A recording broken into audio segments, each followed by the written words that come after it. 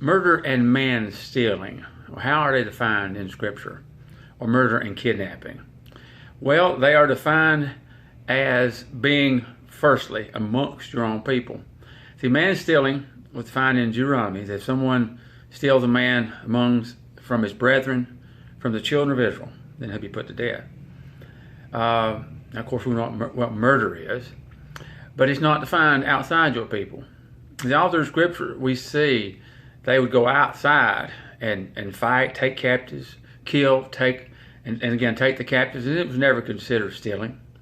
When they went into Africa and took slaves, for the most part, they were purchased.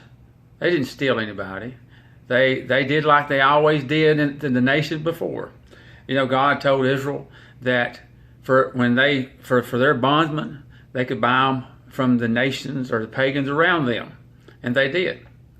And for the most part, I would say that how they were obtained in Africa would be how most times slaves were obtained. They were warring tribes. They go in another tribe and kill and take captives. We know that Moses, when they fought against the Midianites, they took captives.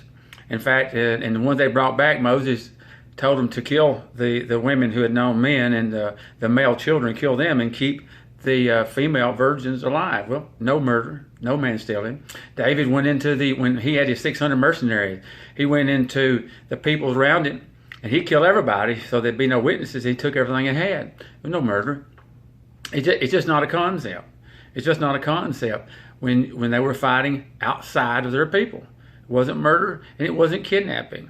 And whether it was taken by the sword or was it by purchase. So just, don't get all tangled up in emotion and the feelings.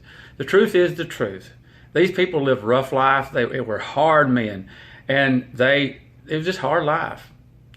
And I'm thankful we don't believe that way today. By the grace of God, we see things differently, and that's what we should remember. Except for the grace of God, we might be exactly like all the men of old.